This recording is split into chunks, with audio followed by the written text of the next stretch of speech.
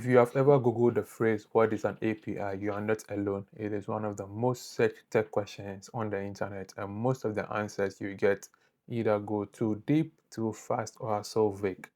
So in this video, I'm going to explain what an API is in plain language. By the end of this video, you will understand what an API is, how it works, the four main types we have, and real-world examples you already use every day, and why API knowledge matters even if you never plan to write a single line of code. API stands for Application Programming Interface, and if you read that definition and thought that doesn't help in any way, you are right, it doesn't. So let me give you another one. An API is a defined set of rules that allows one piece of software to talk to another. Think of it as a contract between two systems. One system says, here are the questions you're allowed to ask me. Here is the format those questions have to be in, and here is what I will send back. The other system, on the other hand, follows those rules and data flows reliably between the two.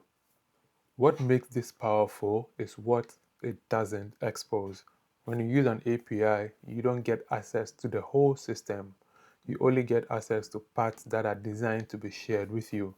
This is why companies can let outside developers build on top of their data or services without giving away their source code, their database, or infrastructure. Imagine you're sitting at a restaurant, you want food. You tell the waiter what you want. The waiter takes your order to the kitchen in a format the kitchen understands. They don't just yell out whatever you say, they communicate properly. The kitchen, on the other hand, prepares the response and the waiter brings the order back to you. Now, apply this scenario to any software. You are the application making the request. The kitchen is the server or database that has the information. The waiter is the API, the defined interface between two systems that don't communicate directly. The API doesn't give you access to the kitchen, it just handles the exchange in a structured and reliable way. And the separation is very intentional. It means two completely different applications built on different technologies can still talk to each other because the API provides a shared language between the two of them. So what actually happens when an API is called? Let's walk through it step by step, because once you see the sequence, it demystifies the whole thing for you. The first step is where the client sends a request. An application sends a structured request to an API.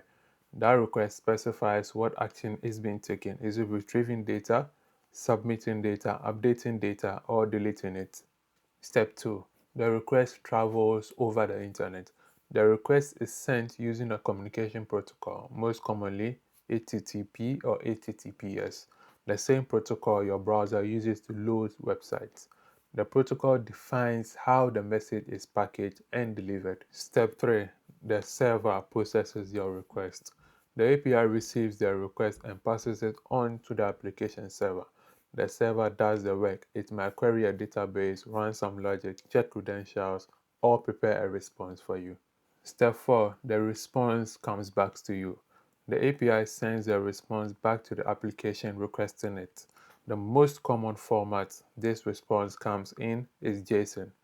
It is lightweight, readable data format that looks a bit like a structured list. The application receives the data, and note that this whole sequence from request to response typically takes milliseconds. From a user's perspective, it is invisible, but from a technical one, it is precisely coordinated exchange between two independent systems. That is API in motion. Not all API are developed in the same manner. Here are four you will encounter most often. 1. REST, representational state transfer. This is by far the most widely used API style today. REST API uses standard HTTP methods: GET to retrieve data, POST to create it, PUT to update it, and DELETE to remove it. Most public web APIs like Google Maps, Stripe, Twitter are built using REST APIs. The second type of API is GraphQL. GraphQL is developed by Meta. It is a more recent query language for API. The requesting client specifies exactly what it wants in its request. This reduces overfetching and particularly suited for complex applications. GitHub and Spotify both offer GraphQL APIs. The third type of API is SOAP, Simple Object Access Protocol. SOAP is older and more rigid. It uses XML as its message format and enforces stricter standards around structure, security, and error handling. It is less common in modern consumer applications but still widely used in enterprise environments, banking systems, and payment networks. Our fourth API type is webhooks. Webhooks are sometimes called reverse API because the communication direction is flipped. Instead of your application asking the server for data, the server sends data to your application automatically when a specific event occurs. Let's make this concrete with real-world examples around us. 1. Weather applications. Your phone's weather application doesn't have its own satellite or weather station. It calls what is known as a weather API.